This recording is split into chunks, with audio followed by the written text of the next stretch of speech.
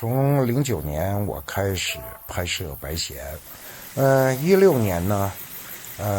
我把这个炮口转到林子里面来，从岷江河口到了这个大山里来。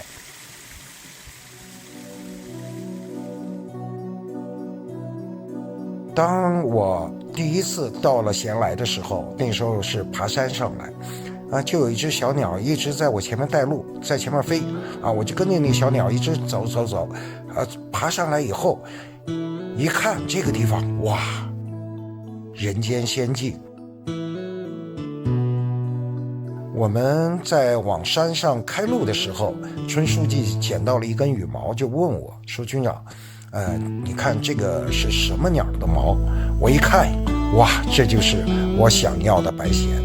就是白蚬的羽毛。那时候我就说，闲来不是梦。